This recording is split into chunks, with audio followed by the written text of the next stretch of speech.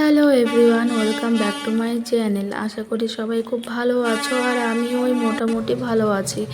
কারণ শরীরটা বিশেষ ভালো নেই। কাল রাত থেকে প্রচণ্ড জ্বর, সর্দি, মাথা ব্যথা, আর গলাটাও প্রচণ্ড ব্যথা। এত গলা ব্যথা করছে আমি কথাই বলতে পারছি না। তো যাই হোক, তোমরা একটু অ্যাডজাস্ট করে নিও। আমার এই এখন ভিডিওতে ভয়েস দিতেও ভীষণ কষ্ট হচ্ছে।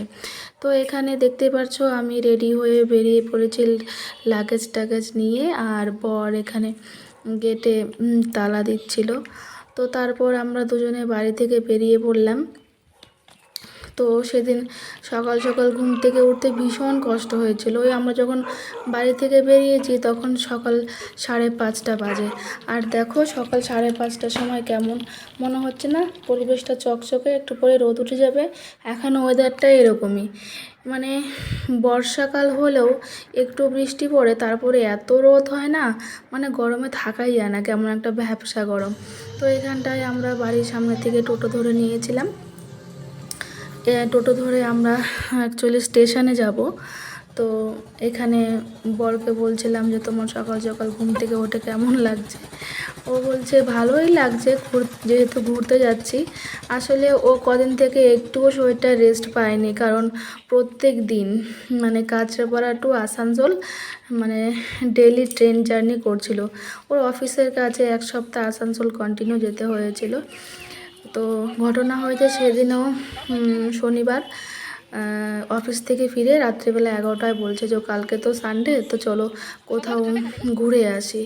তো আমি বললাম, প্রথমে ভাবলাম না করি, তারপরে ভাবলাম সচরাচর তো ওর খুব বেশি সময় হয় না, তো এখন যখন বলেছে তাহলে হুট করেই ঘুরেই আসি। অ্যাকচুয়ালি এভাবে মানে ঘুরতে যেতে হয়, না হলে ওই প্ল্যান প্রোগ্রাম করে প্রবলেম চলেই আসে, ঘুরতে যাওয়া হয় না।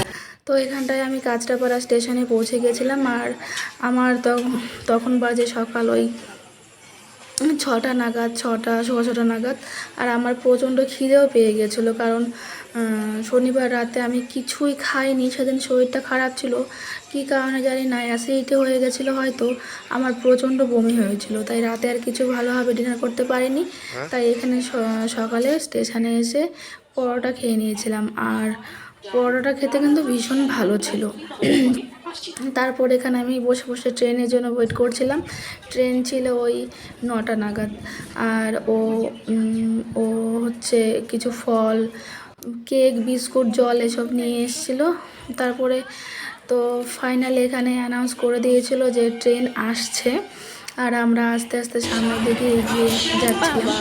তো ফাইনালি ট্রেন চলেও এসছে, এবার আমরা ট্রেনে উঠে যাব। তো আর বেশি কিছু বলছি না। তো তোমাদের যদি মানে তোমরা যদি জানতে চাও আমরা এক্স্যাক্ট কোথায় বেড়াতে যাচ্ছি, তার জন্য কিন্তু তোমাদের নেক্সট ব্লগটা দেখতে হবে।